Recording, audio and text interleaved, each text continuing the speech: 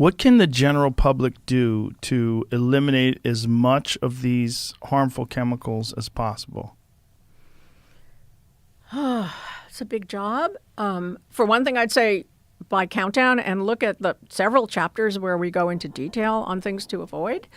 But I could say you could think about, thank you, think about walking through your kitchen and looking for plastics and trying to swap out ceramic and glass or metal, not for the microwave, of course, but and in your bathroom to look at your personal care products.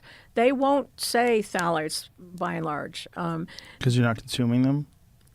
I don't know why they're not required. No, I don't. It doesn't say phthalates on our spaghetti sauce that has phthalates in them either. We can come back to that. But I don't actually know what the regulation is. I know for sure they don't have to be labeled in fragrance products because those are trade secrets. If you buy a jar of spaghetti sauce that's in a glass jar, you're still getting phthalates? Probably, yes. You'd From have to the tomatoes, the packaging of the tomatoes? Probably from the processing. So when you go from a tomato to a sauce, you have to process it.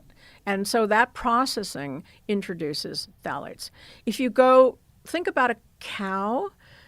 This is different, but it's the same principle. So the cow is being milked. Maybe this cow is on a wonderful farm with, the picture of the farmer and the grass, and it's an organic farm, and everybody's happy. And then he milks the cow, or she milks the cow, through a milking machine that has tubes. What are those tubes made of? Plastic.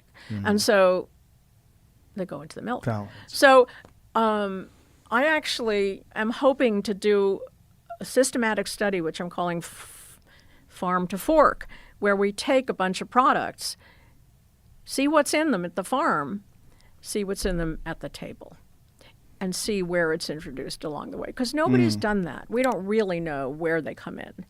So we don't really know how to keep them out. Yeah. And that would be if you're trying to eat organic. That would, even in that sense, if you're having milk and it's coming through tubes, if you're having anything that's wrapped in plastic, even if it's grass-fed, organic, there's still, you're wrapping it in a plastic. Yeah. But I would say the number one thing is do not microwave in plastic. And is that accelerated, or is that just like a way that it gets into the food much quicker or much higher doses? Yes, because it's so warm. Yeah, and it's and those little packets that it's sealed in are not good. Yeah. So we have a lot to do to keep these out of our bodies, and like I said, it's not really our job to do that. Well, I don't think most people have any idea that this is that big of an issue. And when you're saying all this stuff, and I'm terrified of this because I feel like, and I'm glad you wrote this book, and I'm glad you did these studies, but I feel like this has caught people completely off guard. And then I'm picturing a supermarket and just going down the road looking at like packages of lettuce and things wrapped in plastic and meat wrapped in plastic and chicken, and like, wow.